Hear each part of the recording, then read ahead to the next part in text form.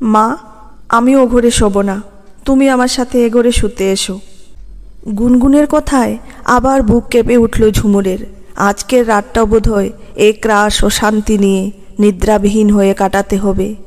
মাঝে মধ্যে কী যে হয় অনিকেতের, বুঝতেই পারে না ঝুমুর।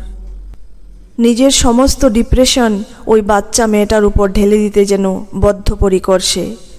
কলেজের প্রফেসর অনিকেত, অঙ্কে পিএইচডি করেছে সে। সারা দিন অঙ্কের বইয়ে মুখ গুঁজে বসে থাকাই তার কাজ। লেখাপড়াটা সে এতটাই ভালোবাসে। কর্মজগতে তার বিশাল নাম আর প্রতিপত্তি, কিন্তু ব্যক্তিগত জীবনে তার প্রচুর ডিপ্রেশন। ঝুমুর জানে অনিকেতের ডিপ্রেশনের একটা বড় কারণ ঝুমুর নিজে।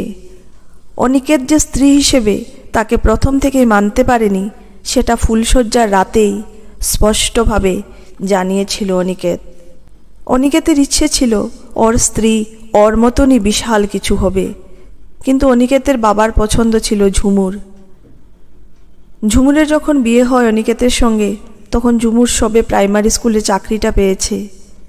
ঝুমুরের বাবা আর শ্বশুর একই ব্যাংকে কাজ করতেন, তবে ঝুমুরের বাবা ছিলেন ক্লার্ক আর ঝুমুরের শ্বশুর ছিলেন ম্যানেজার।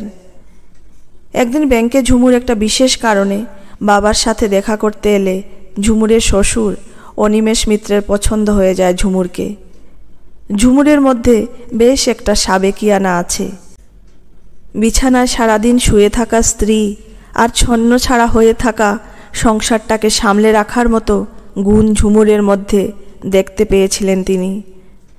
তাই মাস দুয়েকের মধ্যেই 4 হাত এক হয়ে যায় ঝুমুর আর অনিকেতের। প্রফেসর স্বামীর প্রাইমারি স্কুলের শিক্ষিকা বউ, এমন অসময় একটা সম্পর্কে ডিপ্রেশনের শিকার হতে থাকে অনিকেত। অঙ্ক থেকে 10 হাত দূরে পালানো ঝুমুরের সাথে কথা বলেও শান্তি পায় না অনিকেত। তার বুদ্ধির সামনে ঝুমুরের বুদ্ধি সবসময়ই কম পড়ে যায় যেন। তার পরিচিত জগতেও ঝুমুর খুব বেমানান। তবে অনিমেষবাবু ও তার স্ত্রী রজনী ছেলে বউকে নিয়ে খুবই সন্তুষ্ট। ঘরে বাইরে সব কিছু কি সুন্দর করে সব সামলায় ঝুমুর। ঝুমুরের সবচেয়ে বড় গুণ যেটা, সেটা হলো তার একটা অনুভূতি প্রবণ মন আছে, আর সেই মনের আঁখি দিয়েই জগৎটাকে দেখতে ভালোবাসে সে, যেটা আবার হিসেব কষা অনিকেতের পছন্দ হয় না। তবুও সংসার সম্পর্ক সব কিছুই মোটামুটিভাবে চালিয়ে নিয়ে যাচ্ছিল সবাই। কিন্তু সমস্যার সৃষ্টি হলো তখন, যখন গুনগুন বড় হতে শুরু করলো। অনিকেতের ইচ্ছে ছিল গুনগুন তার বাবার মতো অঙ্ককে ভালোবাসবে, অঙ্ক নিয়েই বাঁচবে, অঙ্ক নিয়েই মরবে। কিন্তু হলো উল্টোটা। গুনগুনের মন ভালোবাসলো সাহিত্যকে। তার লেখার হাতও দুর্দান্ত, তাই বলে অঙ্কতে সে যে খুব কাঁচা তা নয়। তবে অঙ্কটা তার ভালোবাসা হয়ে উঠতে পারেনি, শুধুমাত্র একটা বিষয় হয়েই রয়ে গেছে। এটাই একটা বিশাল ক্ষোভের সৃষ্টি করলো অনিকেতের মধ্যে। নিজের মতো করে মেয়েকে তৈরি করতে পারছে না দেখে আবারও নতুন করে ডিপ্রেশনের শিকার হলো সে। মনের সাথে প্রতিদিনের টানাপোড়েন। কেন গুনগুন এমন হলো? কেন গুনগুন আমার মতো হলো না? ঝুমুর একদম সাদামাটা বলেই কি গুনগুন ওর মায়ের মতো হতে চাইল? যদি ঝুমুর আমার মতো প্রফেসর বা ডাক্তার বা কোনো সরকারি আমলা হতো, তাহলে তো আর গুনগুন এরকম এত সাধারণ হয়ে থাকতো না। এতগুলো প্রশ্নের উত্তর খুঁজতে গিয়ে অনিকেত তার বিচার বুদ্ধি হারিয়ে ফেলে, আর তখনই সব হিসেব নিকেশ ভুলে ভরা হয়ে ওঠে তার কাছে। গুনগুন যত বড় হতে থাকলো, বাবার সাথে দূরত্ব তৈরি হতে থাকলো তত বেশি। গুনগুনের মনটাকে বুঝতেই পারছে না অনিকেত। জোর করে চাপিয়ে দেওয়ার শাসনে মেতে উঠেছে সে। ঝুমুরের ভয় হয় গুনগুন এখন রোজ স্কুল থেকে ফেরার সময় বলে, আমার বাড়িতে ঢুকতে একটু ইচ্ছে করে না মা, বাবাকে দেখলেই আমার মাথা গরম হয়ে যায়, আমাকে নিয়ে তুমি আলাদা থাকতে পারো না? ঝুমুর গুনগুনকে কি করে বোঝায়? অনিকেতের আপত্তি তো সেইখানে। সে তো সব সময় চায় গুনগুন ঝুমুরের সান্নিধ্যের বাইরে থাকুক, কিন্তু গুনগুন আবার মা অন্তপ্রাণ। মায়ের সাথে মন খুলে কথা বলা যায়, মায়ের সাথে প্রাণ ভরে বাঁচা যায়। বিপরীতে অনিকেত সব সময় নিজের সিদ্ধান্ত জোর করে চাপিয়ে দেয় গুনগুনের উপরে। গুনগুনের যেন কোনো স্বাধীনতাই নেই, বাবার কথাই শেষ কথা তার জীবনে। এদিন রাত্রেও গুনগুন ঝুমুরকে বলল, ওই লোকটার সাথে আমি থাকবো না মা, ওই লোকটা আমার সমস্ত প্রবলেমের কারণ। যত দূরে থাকবে আমার থেকে তত ভালো থাকবো আমি।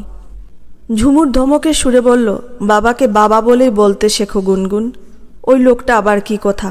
এই তোমায় শিক্ষা দিচ্ছি আমি জাস্ট পারছি না মা।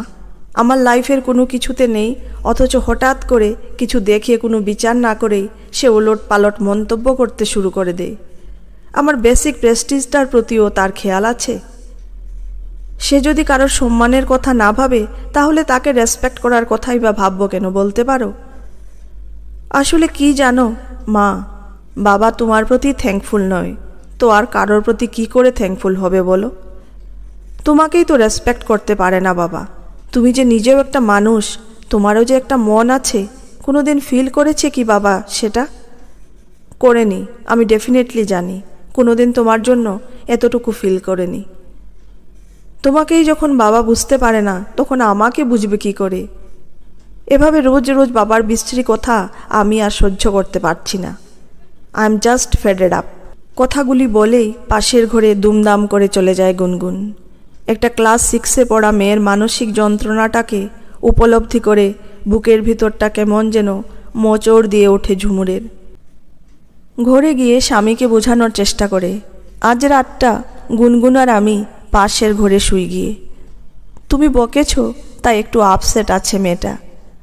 আর এভাবেই বা বকাবকি করো কেন? এখন বড় হচ্ছে ওরও তো একটা মান সম্মান বোধ তৈরি হচ্ছে, সেটাকে তো আমাদের মেনে চলা উচিত, তাই না? অনিকেতের মনে এমনিতেই আগুন জ্বলছিল। ঝুমুরের কথায় সে আগুনে যেন ঘি পড়ে গেল। সে চিৎকার করে বলল, একদম যাবে না তুমি গুনগুনের কাছে। তোমার সঙ্গে থেকেই যত সর্বনাশ হয়ে যাচ্ছে আমার মেয়েটার। নিজে একটা প্রাইমারি টিচার হয়ে রয়ে গেলে মেয়েটাকেও প্রাইমারি টিচার বানানোর জন্য তৈরি করছো। এতদিন চুপচাপ থাকা ঝুমুর এবার আর চুপ করে থাকতে পারল না। সেও জবাব দিল, কেন বলো তো? প্রাইমারি টিচার হওয়া কি খারাপ? একজন প্রাইমারি টিচারের কি কোনো যোগ্যতাই নেই? একটা বাচ্চার জীবনের ভীতি তো তৈরি হয় একজন প্রাইমারি টিচারের হাতে। কি খারাপটা আছে এই চাকরিতে? কম্পিট করতে পারবে একজন প্রফেসরের সঙ্গে? ব্যঙ্গের সঙ্গে প্রশ্ন ছড়ে অনিকেত। প্রত্যেকের জায়গায় সঠিক অনিকেত। আমরা একটা বাচ্চার ইউনিভার্সিটি অবধি পৌঁছানোর মতো ভিত তৈরি করে দিই বলেই তোমরা সেই বাচ্চাগুলোকে পড়ানোর সুযোগ পাও। তোমার শিক্ষা তখনই যথার্থ হবে যখন তুমি অন্যের শিক্ষাকে মর্যাদা দিতে পারবে। না হলে তোমার ওই বিদ্যে বুদ্ধি কতগুলো দামি সার্টিফিকেটেই গুটি কয়েক ডিগ্রি হয়ে রয়ে যাবে, জীবনে কাজে লাগবে না কোনো দিনই। স্ত্রীর এমন স্পষ্ট কথা মানতে পারে না অনিকেত। সপাটে চড় বসিয়ে দেয় ঝুমুরের গালে। তারপর চিৎকার করে বলে ওঠে, একদম বেশি কথা বলবে না তুমি। নেহাত আমার বাবা তোমায় দয়া করে এবাড়ির বউ করে এনেছিলেন তাই, না হলে কোনো যোগ্যতা আছে তোমার আমার বউ হবার? তোমাকে বিয়ে করে প্রতিদিনের টানাপোড়নে একটু একটু করে তুষের আগুনে পুড়ে মরছি আমি। আর তোমাকেই বা কী বলার আছে? আমার বাবাই তো একজন ফুলিশ পার্সন ছিলেন। অসুস্থ স্ত্রীকে দেখাশোনার জন্য একটা শিক্ষিত আয়া নিয়ে এলেন ঘরে। কোন দিক থেকে যোগ্য তুমি আমার বলতে পারো? তোমাকে বিয়ে করে জীবনের সব হিসেব ভুল হয়ে গেছে আমার। অনিকেতের এই শেষ কথাটা কিছুক্ষণ আগে অনিকেতের দেওয়া শারীরিক আঘাতের চেয়েও নির্মম বোধ হলো ঝুমুরের।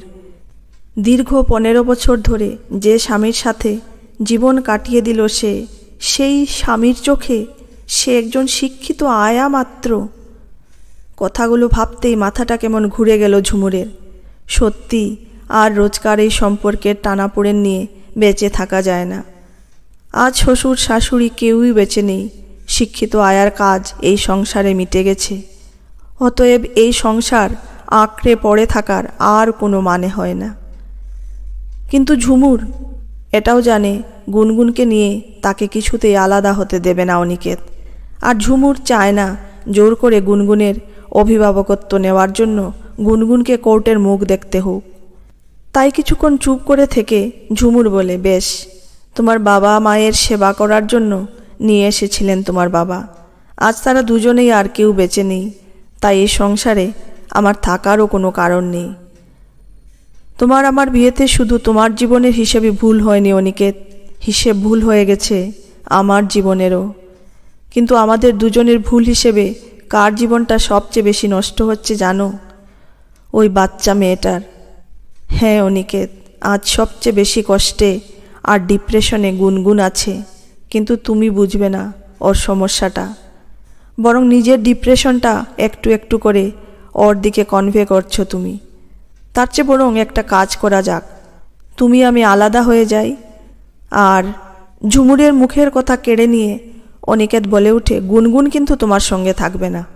তুমি ওর সাথে থাকলে ও কিছুতে মানুষ হয়ে উঠতে পারবে না। আমাকে আমার কথাটা শেষ করতে দাও অনিকেত। গুনগুন যেমন আমার কাছে থাকবে না, ঠিক তেমনি গুনগুন তোমার কাছেও থাকবে না। আমার এক বন্ধু আছে নৈনিতালে, এক মিশনারি স্কুলের টিচার। সেখানে গুনগুনকে পাঠিয়ে দেব ওর নিজের মতো করে বেড়ে ওঠার জন্য, নিজের স্বপ্ন পূরণ করে ফিরে আসবে আবার। সব খরচা আমি দেব, তোমাকে কিছু করতে হবে না আমার মেয়ের জন্য, দম্ভ নিয়ে বলে অনিকেত।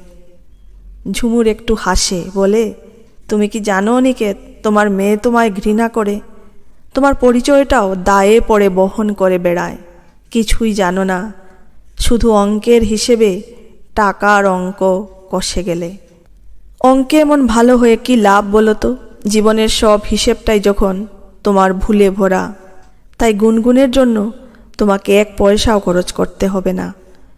প্রাইমারি টিচার হলেও আমার মাইনেতে মেয়ে কনভেন্ট স্কুলের বোর্ডিংয়ে রেখে পড়ানোর সামর্থ্য আমার আছে। তুমি গুনগুনের জন্য খরচ করলেই ওর নেওয়া সব সিদ্ধান্তে নিজের দাবি খাটাবে। তার চাইতে গুনগুন নিজের মতো করে বেড়ে উঠুক।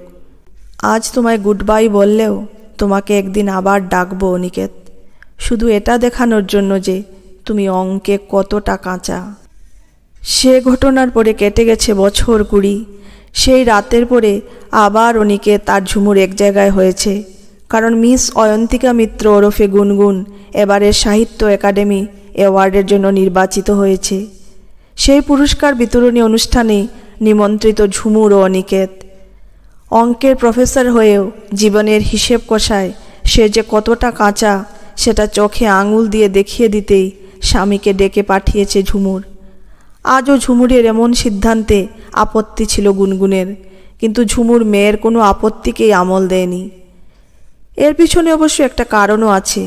গুনগুন যে বইটা লেখার জন্য এমন একটা পুরস্কার পাচ্ছে, তার নাম দ্য লস্ট ক্যালকুলেশন, যেখানে ঝুমুর একজন ছেলে ও তার বাবার তিক্ত সম্পর্কের সমীকরণকে তুলে ধরেছে।